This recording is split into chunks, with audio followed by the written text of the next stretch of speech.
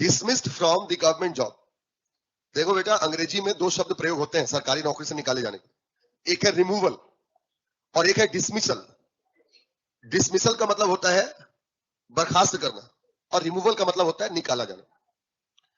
अगर किसी को रिमूव किया गया है नौकरी से तो वो चुनाव लड़ सकता है, ठीक।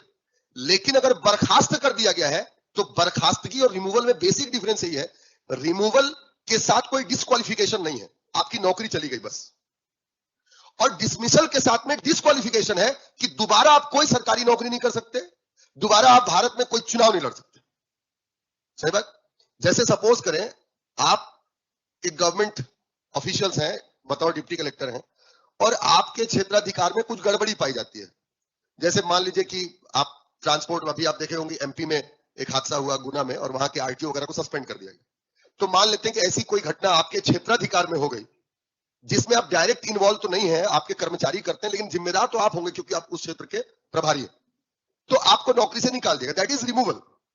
इसमें कोई डिस्क्वालिफिकेशन नहीं, आप फिर से तैयारी करो नौकरी की, फिर दूसरा जॉब पालो, चुनाव लड़ लो, कोई दिक्कत नहीं है, क्योंकि आपको निकाले जाने के लिए पीछे कोई गंभीर अपराध आपने नहीं किया था। लेकिन हाँ, ऐसा अपराध जरूर किया गया कि जो जांच करता थे उन्होंने आपको नौकरी के लिए अयोग्य पाया कि भाई आप सही तरीके से देख नहीं सकते। लेकिन सपोज करो कि आपने कोई अपराध कर दिया है, इतना गंभीर अपराध किया है, बहुत बड़ा स्कैम कर दिया है आपने, और आप पकड़ाए हो, तो वहां आपको डिसमिस कर दिया जाएगा। So dismiss comes with disqualification, removal hasn't any disqualification.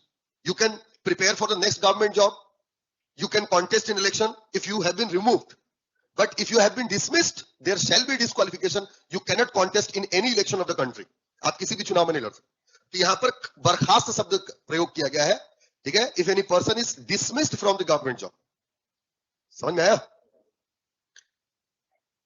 पांचवा,